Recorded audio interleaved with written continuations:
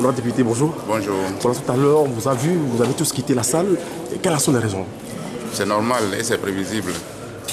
Vous avez constaté que depuis lundi, quand nous sommes arrivés ici pour notre session extraordinaire que nous avons décidé ensemble, avant d'aller en congé en juin, on nous a fait un ordre du jour que nous avons dénoncé, compte tenu de la situation qui prévaut dans le pays.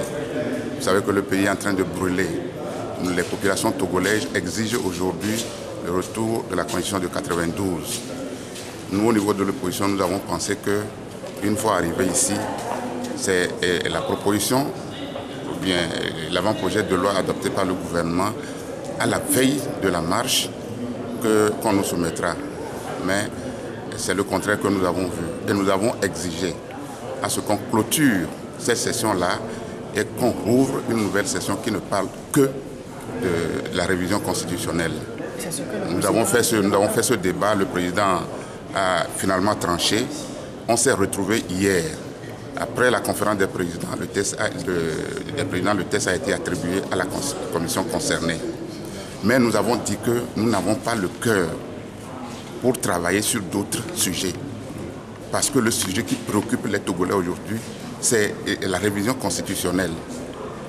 Vous-même qui êtes ici, si arrivé ici, on vous dit que les députés sont en train de parler de leur budget, de l'argent, de leur argent, quelle interprétation vous allez en faire en tant que journaliste?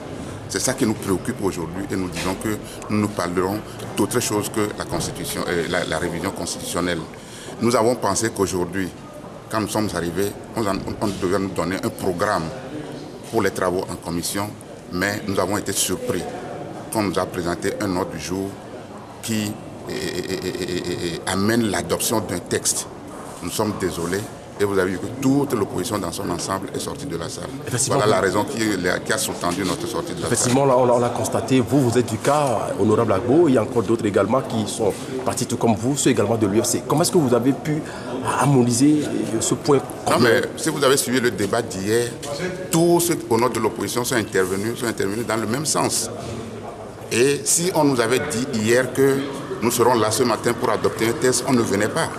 Parce que le président nous avait dit qu'on se retrouvait aujourd'hui pour clôturer la session et rouvrir la session qui doit plancher uniquement sur la révision constitutionnelle. Donc d'emblée, c'est les débats d'hier qui ont conduit à ce que vous avez vu aujourd'hui.